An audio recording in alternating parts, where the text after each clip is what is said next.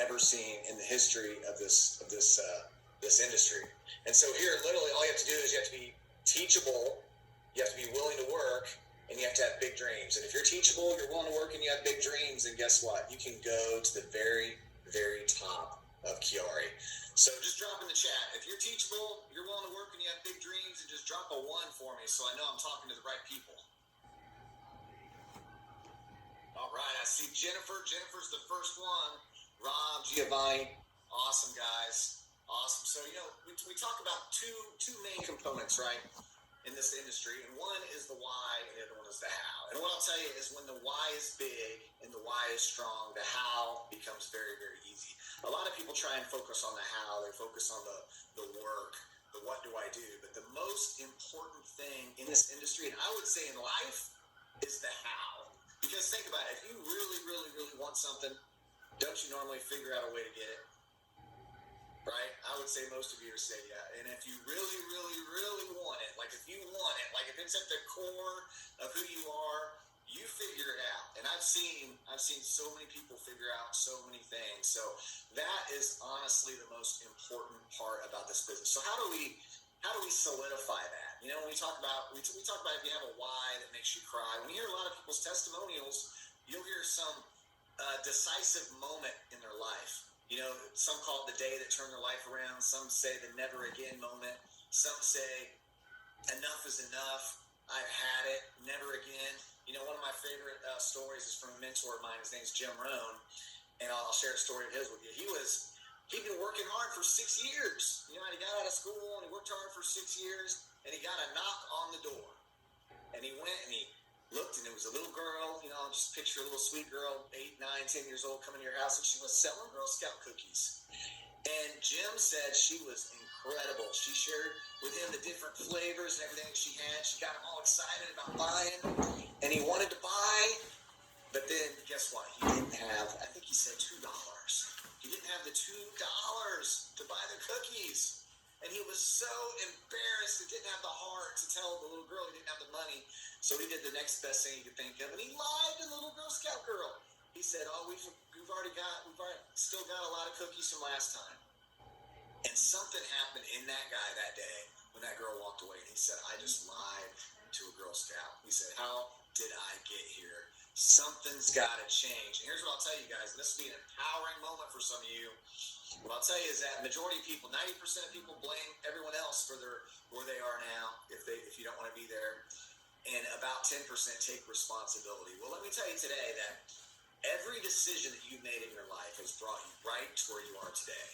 Wherever you are in life, you've made a lot of decisions that have brought you up the path. Maybe you're way better off than you were in your whole life, or maybe you're not. But regardless if you're happy about where you are or not happy about where you are, your decisions have brought you here today. And so here's what's so empowering is that new decisions can take you wherever you want to go.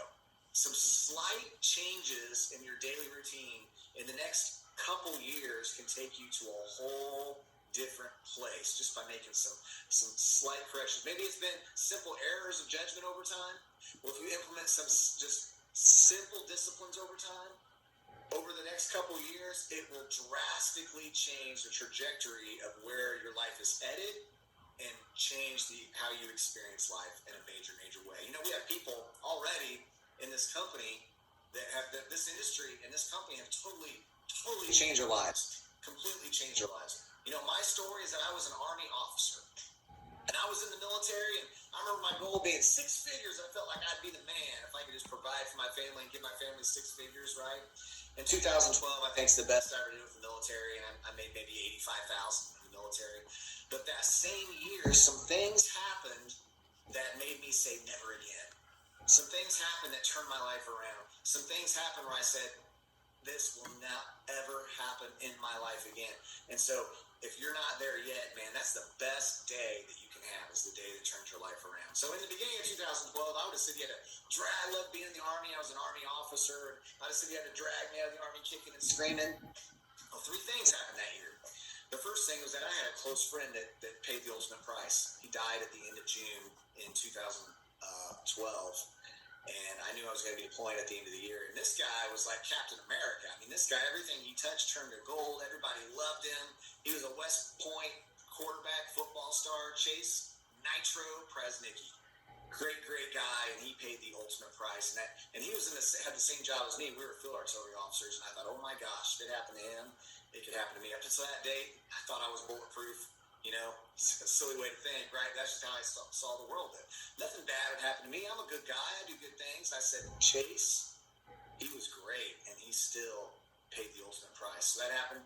And then I'm getting ready to deploy to Afghanistan, and our commander had forgotten that we had some mandatory training. So I had promised a vacation to my kids and my wife that we were going to go to Disney World. Now, my daughter was 4 at the time, and she'd never been to Disney World, so all she knew was I was telling her, I was hyping it all up. I was telling her every day, oh, you're going to see all the princesses there. It's going to be amazing. She's like, yeah, Daddy.